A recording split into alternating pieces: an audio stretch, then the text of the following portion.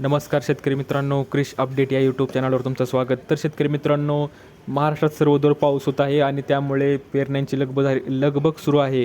तर आपण पाहणार आहोत की जास्त आणि कुठे कमी पाऊस पडला आहे. तर पावसाविषयी सर्व माहिती आपण या व्हिडिओमध्ये पाहणार आहोत.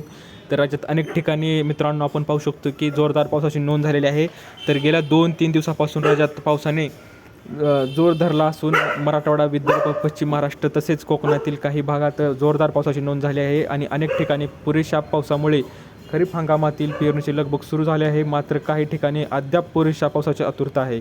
तर मित्रांनो, आपण पाहू शकतो की विभागणी आहे. जर पाऊस पाहायचं झालं तर पावसाची नोंद मिलीमीटरमध्ये पाहूया की कोकण जरी जे पाहू शकतो ते 52, मालवण 36, वैभववाडी 34, वालावल 30 आणि आंबेरी 28, आचरा 27 म्हणजेच कोकणात चांगला पाऊस पडत आहे मित्रांनो. परंतु आपण पाहू शकतो की पश्चिम महाराष्ट्रात थोडा बऱ्यापैकी आहे.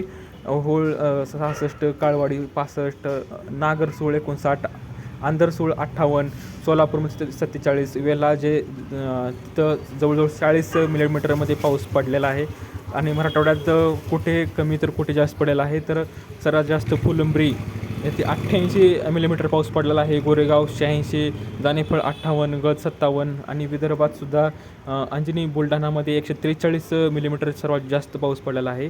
तर मित्रांनो, अशी ही पावसाची नोंद झालेली आहे. तर बाकी ठिकाणी अजून पाऊस व्यवस्थित पडलेला नाही, चांगला पडला नाही, त्यामुळे पेरण्या थांबलेल्या आहेत.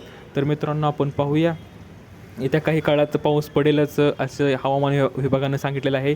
तर अशीच होती अपडेट दिलेली मध्ये समजली असेल तर व्हिडिओला लाईक करा, जास्तीत जास्त शेअर करा आणि चॅनलला सबस्क्राईब करायला विसरू नका. तर भेटूया पुढच्या व्हिडिओमध्ये. तोपर्यंत धन्यवाद.